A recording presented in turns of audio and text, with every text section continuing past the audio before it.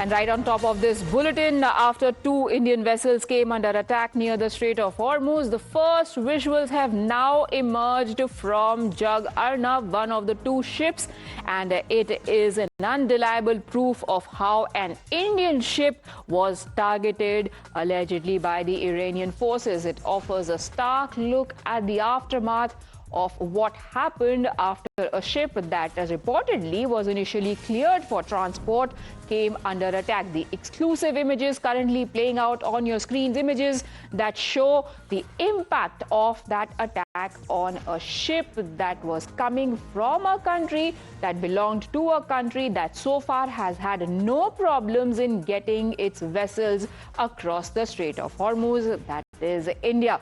Look at these images that are playing behind me. Shattered glass, those holes that you see, it's on a structure inside the ship. Again, the impact of probably bullets that hit this particular ship, Jag Arnav, and those are said to be bullet shells that were found on board after this particular vessel came under attack. Look at the shattered glass, the impact of when allegedly firing took place at this particular ship. My colleague is now joining us for more on this. Tell us more, Srinjoy, about what we know about the circumstances of this particular attack. Well, here is an Indian ship, an Indian merchant ship going through the Strait of Hormuz. Now, India is a friendly country.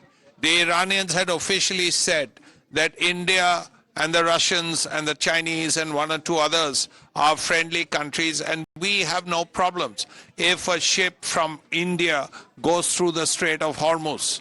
But here, after being cleared, this ship was attacked, and it looks like small arms fire because this looks like a bullet hole. So if it's a small arms fire, why are you shooting with rifles at a merchant ship? What are you trying to sort of show to the world and to the ship? Because small arms fire could perhaps definitely hurt some of the crew, but it won't hurt the ship so much. It may do the kind of damage that it has, but it was unnecessary, unwarranted, and naturally it led to enormous trouble, because India doesn't like its ships being being attacked, and in a way that it has, also particularly by people from a friendly country. Iran says that India is a friendly country. India accepts that, and then comes the attack. Now, why this attack could happen is very hard to explain. Yes, we've heard that apparently the Iranian ambassador has said that there was a lack of communication and so on. Nevertheless, this is not something which is acceptable at all. And as a result, the Indian government is extremely miffed, very cross, that an Indian ship was attacked by Iranians as it was crossing the Strait of Hormuz.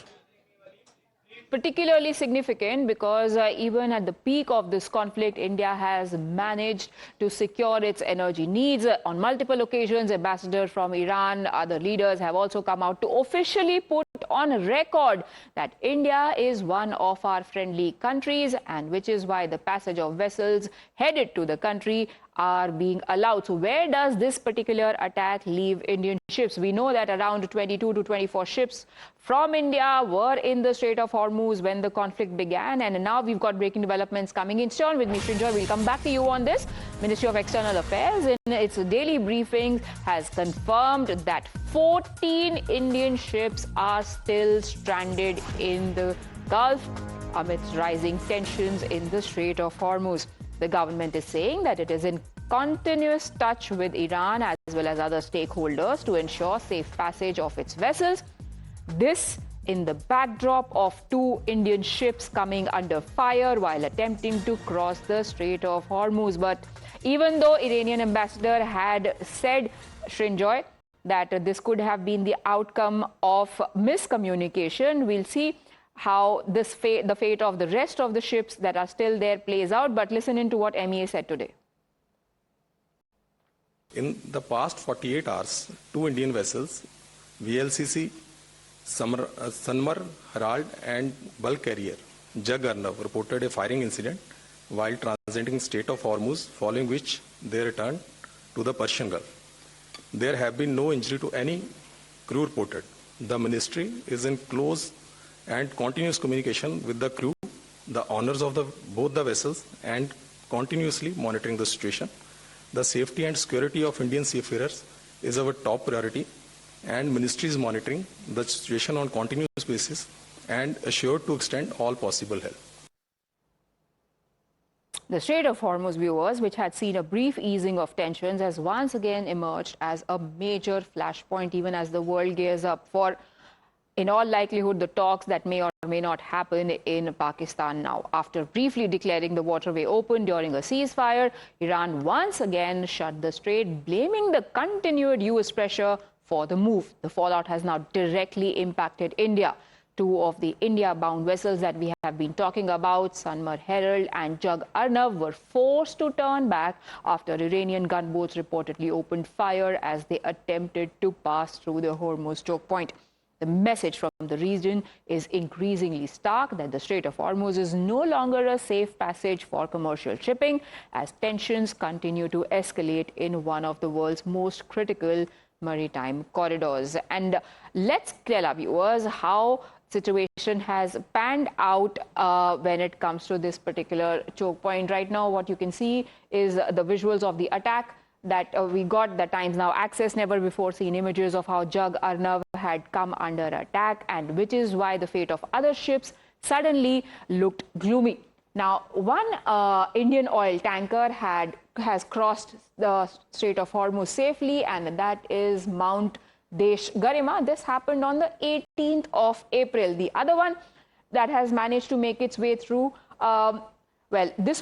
these two not safely, because MV Jag Arnav and Sanmar Herald, both ships were turned back after attack.